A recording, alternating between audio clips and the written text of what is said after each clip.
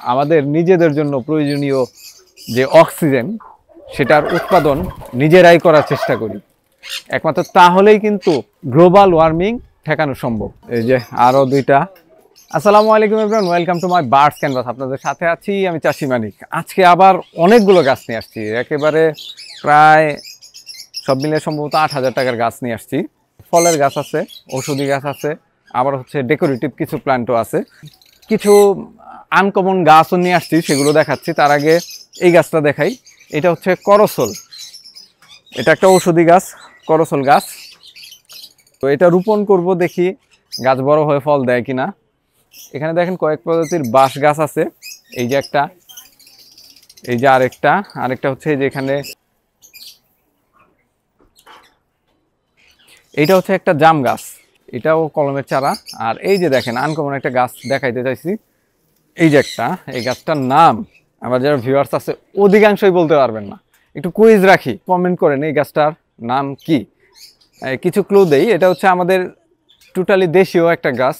এই গাছটা আমাদের দেশীয় প্রজাতির হয়। বাংলাদেশের প্রায় সব এলাকায়, বন জঙ্গলে কিংবা সব এরিয়াতেই এটা কমনলি আগে পাওয়া যেত, বর্তমানে খুব একটা দেখা যায় না। তারপরেও এটা একেবারে বিলুপ্ত হয় নাই এখনো। এটা হচ্ছে রাধাচূড়া গাছ। কাঁঠাল গাছ তো আছেই, আর এখানে আমের গাছ আছে কয়েক প্রজাতির। একটা রামবুটানের চারাও আছে এখানে। এই যে এটা হচ্ছে রামবুটান হচ্ছে আমার বড় ছেলে আদি আব্দুল্লাহর সবচেয়ে প্রিয় ফল, এই জন্যই মূলত এই গাছটা আনা। দেখা যাক গাছ বেঁচে থাকে কিনা, বড় হয় কিনা এবং ফল ধরে কিনা। আর এছাড়া এখানে বেশ কয়েক প্রজাতির জবা গাছও আছে, বিলম্ব গাছ আছে। এই যে একটা বিলম্ব গাছ, এর আগেও বুনছিলাম, সেই গাছটা মারা গেছিল আনফরচুনেটলি। কলমের এখানে কদবেলের চারা আছে। এরপর হচ্ছে 3 ফলের গাছ আছে। আর এই যে আরেকটা গাছ দেখেন, এই গাছটার পাতা দেখেন। এইটাকে কি ম্যাঙ্গো যেন বলে, ব্ল্যাক ম্যাঙ্গো নাকি কি বলে। আমের পাতাটা দেখেন না কত সুন্দর, কালো রঙের আম হবে এটা থেকে। এই যে দেখেন, এটা হচ্ছে একটা জাম্বুরা, চমৎকার। আর এইটা হচ্ছে বকুল ফুলের গাছ, আমার অন্যতম প্রিয় একটা ফুল গাছ। এছাড়া কৃষ্ণচূড়ার চারাও আনছি, ওইটা ওই পিছনে আছে। আরও এই দিকে দেখেন, এই যে এই দিকটায় অনেক গাছ আছে, পেঁপে গাছ। এরপর হচ্ছে আমাদের দেশীয় প্রজাতির নিম গাছ। এই যে একটা বেল গাছ। এছাড়াও টুকটাক আরও অনেক গাছে আছে। আমি গত কয়েকদিন আগে ভিডিওতে দেখাইছিলাম যে এই বর্ষার শুরু থেকে আমরা কিন্তু গাছ রোপণ করতেছিলাম। আজকে মিলে হচ্ছে 3য় ধাপ চলতেছে আমাদের। যেই মেসেজটা আপনাদেরকে এর আগেও দিয়েছি, আজকে আরেকবার দেই। এখন বর্ষাকাল, গাছ লাগানোর সবচেয়ে উপযুক্ত সময়। এখন গাছ লাগালে গাছগুলো কিন্তু বেঁচে থাকার রেশিও অনেক বেড়ে যাবে, অর্থাৎ গাছ সহজে মরবে না। এই সময় অবশ্যই আমরা যে যার অবস্থান থেকে গাছ লাগাবো। তো আমরা একটু চেষ্টা করে দেখি না আমাদের নিজেদের বেঁচে থাকার জন্য যে এই পরিমাণ অক্সিজেন প্রয়োজন হয়, 2-1টা করে গাছ যদি আমরা লাগাই তাহলে কিন্তু সেই পরিমাণ অক্সিজেন, মানে আমাদের নিজেদের জন্য প্রতিদিনের যে অক্সিজেনটা দরকার হয় সেই পরিমাণ অক্সিজেন কিন্তু আমরা চেষ্টা করলে নিজেরাই উৎপাদন করতে পারবো। সবার পক্ষে সম্ভব না হলেও অন্তত আমরা অধিকাংশ মানুষই কিন্তু একটু সদিচ্ছা থাকলে কিন্তু গাছ রোপণ করে অক্সিজেনের একটা যোগান আমরা দিতে পারি। এই যে অত্যাধিক গরম, গ্লোবাল ওয়ার্মিং, এই গ্লোবাল ওয়ার্মিংটা কমাতে হলে অবশ্যই কিন্তু আমাদের গাছ রোপণ করা উচিত। এছাড়া কিন্তু বিকল্প আর কোনো পদ্ধতি নাই। এইটাই একমাত্র পদ্ধতি, সাস্টেইনেবল একটা পদ্ধতি, যে আমরা বেশি বেশি গাছ রোপণ করব। এই যে আমরা হচ্ছে করসল গাছটা এখানে বুনি।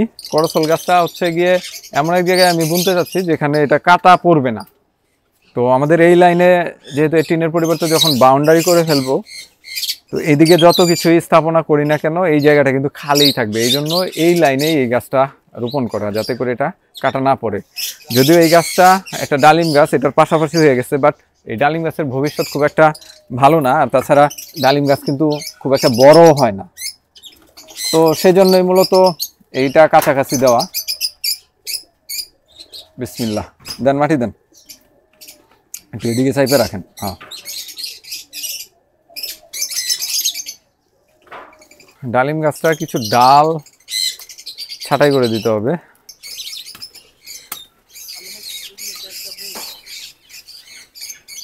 কবুতরের বেশ কয়েকটা নতুন বাচ্চা বাইরে ধাপড়িতে সেট করতে হবে। এখন হচ্ছে বিকেলবেলা, কবুতরগুলো ছাড়াই ছিল, সব ঘরে ঢুকে গেছে, কিছু এখনো বাকি আছে বাইরে। এই যে আরো দুইটা, এই দুইটাও অনেক সুন্দর বাচ্চা দুইটা, মাশাআল্লাহ।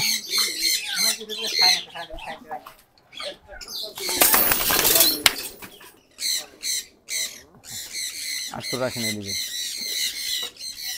এখন যেটা রোপণ করা হচ্ছে এটা হচ্ছে ব্যানানা ম্যাঙ্গো, এরপরে আমরা রোপণ করব বকুল গাছটা। আজকের মধ্যে আমরা চেষ্টা করব প্রায় সবগুলো গাছই রোপণ করতে, মোটামুটি 20-22টা গাছ আছে এখানে, দেখা যাক কয়টা রোপণ করা যায়। শুভাকাঙ্ক্ষীদের আমি আবারও অনুরোধ করছি, এখন কিন্তু বর্ষাকাল, গাছ লাগানোর সবচেয়ে উপযুক্ত সময়। এই যে দেখেন এখন বৃষ্টি হচ্ছে, আমরা একটু আগে দেখলাম খুব ভালো রোদ, গাছ কয়েকটা গাছ রোপণ করতে করতে কিন্তু বৃষ্টি পড়তেছে ঝিরঝির ঝিরঝির। তো এই ওয়েদারে কিন্তু গাছ খুব ভালো হয়, গাছের শিকড়গুলো খুব দ্রুত মাটির সাথে লেগে যায়। অবশ্যই আপনারা আপনাদের অবস্থান থেকে যার যতটুকু সুযোগ আছে গাছ লাগানোর চেষ্টা করেন। আমি আবারও বলছি, আমরা আমাদের নিজেদের জন্য প্রয়োজনীয় যে অক্সিজেন সেটার উৎপাদন নিজেরাই করার চেষ্টা করি, একমাত্র তাহলেই কিন্তু গ্লোবাল ওয়ার্মিং ঠেকানো সম্ভব। আজকের ব্লগটি এখানেই শেষ করছি, দেখা হবে পরবর্তী ব্লগে। বার্ডস ক্যানভাসের সাথেই থাকুন। আল্লাহ আপনাদের সবাইকে ভালো রাখুক। আসসালামু আলাইকুম।